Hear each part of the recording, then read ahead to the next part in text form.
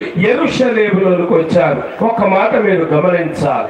ఎందుకు ప్రియులారా తూర్పు దేశంలో నుండి యెరూషలేములోనికి వచ్చారు అని అంటే వారికి అర్థమైంది ఏంటంటే లోకరక్షకుడు జన్మించాడు, ఆ లోకరక్షకుడిని చూద్దాము రండి అని చెప్పి వాళ్ళు వచ్చారు. లోకరక్షకుడు పుట్టాడని వారికి ఎలాగో తెలిసింది?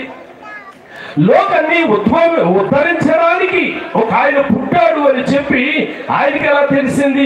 ప్రియులారా ముఖ్యమంత్రి పరిపాలన చేస్తే, ప్రధానమంత్రి పరిపాలన చేస్తే ఆయన ఎలాంటివాడో తెలుస్తారు.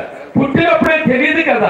ఇప్పుడు పుట్టినటువంటి బాలుడిని గురించి రాజు దగ్గరికి వచ్చి అడుగుతున్నారు, అయ్యా యూదులకు రాజుగా పుట్టిన వాడిని మేము చూడడానికి వచ్చాము, చూసి ఆనందించడానికి వచ్చాము, చూసి ఆరాధించడానికి వచ్చాము అని చెప్పి అడుగుతూ ఉన్నారు. వారికి ఎలాగ అర్థమయ్యింది అని కనుక ఆలోచన చేస్తే మీ దృష్టికి నేను ఒక విషయాన్ని తీసుకురావాలి అని ఇష్టపడుతూ ఉన్నాను. తూర్పు దేశంలో ఉన్నటువంటి వారు ఎవరు అని అంటే, తూర్పు దేశంలో ఉన్నవారు ఎవరు అని అంటే జ్ఞానులు.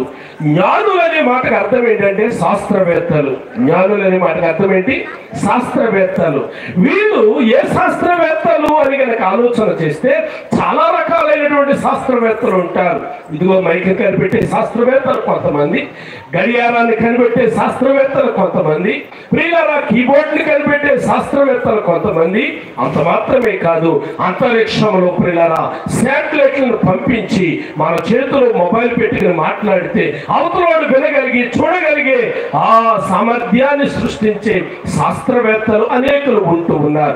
కానీ తూర్పు దేశంలో ఉన్నటువంటి శాస్త్రవేత్తలు ఎలాంటి వారు అంటే ఖగోళ శాస్త్రవేత్తలు. అంటే ఆకాశంలో ఉన్నటువంటి అంతరిక్షముల మీద, నక్షత్రముల మీద, ప్రియులారా సూర్య మండలము మీద, చంద్ర మండలము మీద, నక్షత్ర మండలము మీద, పాల పుంతల మీద పరిశోధన చేసేవారు తూర్పు దేశపు జ్ఞానులు. జాగ్రత్తగా గమనించాలి. సరే, తూర్పు దేశపు జ్ఞానులు ప్రియులారా తూర్పు దేశంలో ఉన్నారు. తూర్పు దేశం అంటే పారసీక దేశం. పారసీక దేశంలో ఎవరు ఉన్నారు అంటే జ్ఞానము కలిగిన వారు ఉన్నారు. ఒక్క మాట నేను మిమ్మల్ని అడగాలనుకుంటున్నాను. ప్రియులారా ఒకటిలోకి వచ్చి లేక రోడ్డు మీదకి వచ్చి తలెత్తి పైకి చూస్తే ఎన్ని నక్షత్రాలు కనబడతాయండి? చాలా నక్షత్రాలు కనబడుతూ ఉంటాయి. నక్షత్రాలు ప్రియులారా మనం చిన్నప్పటి నుంచి చూస్తానే ఉన్నాం. చందమామని చిన్నప్పటి నుంచి చూస్తానే ఉన్నాం. సూర్యుడిని చిన్నప్పటి నుంచి చూస్తానే ఉన్నాం. మరి వీళ్ళకి కొత్తగా ఏమనిపించింది? ఏం అర్థమయ్యింది వీళ్ళకి? ఏంటి ఆ రోజు వింత అని కనుక ఆలోచన చేస్తే వాళ్ళకి అర్థమయ్యింది ప్రియులారా ఏమిటి అని అంటే ఒక వింత అయినటువంటి నక్షత్రం వారికి కనిపించింది. సరే, ఏదో నక్షత్రం కనిపించింది, దాంట్లో ఇంత విడ్డూరం ఏంటి?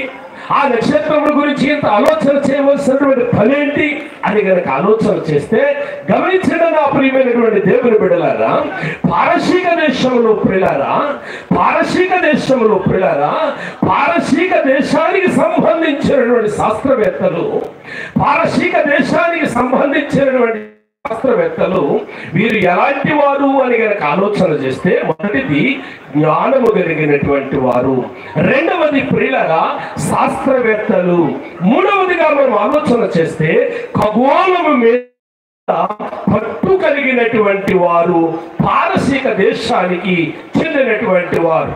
ఆ విషయాన్ని అట్టే పెట్టండి. నేను మీకు మరొక విషయాన్ని కూడా జ్ఞాపకం చేయడానికి నేను ఇష్టపడుతూ ఉన్నాను. ఏంటి ఆ విషయము అనంటే ఆ నక్షత్రముల గురించి ఎందుకు ఇంతగా ఆలోచన చేశారు?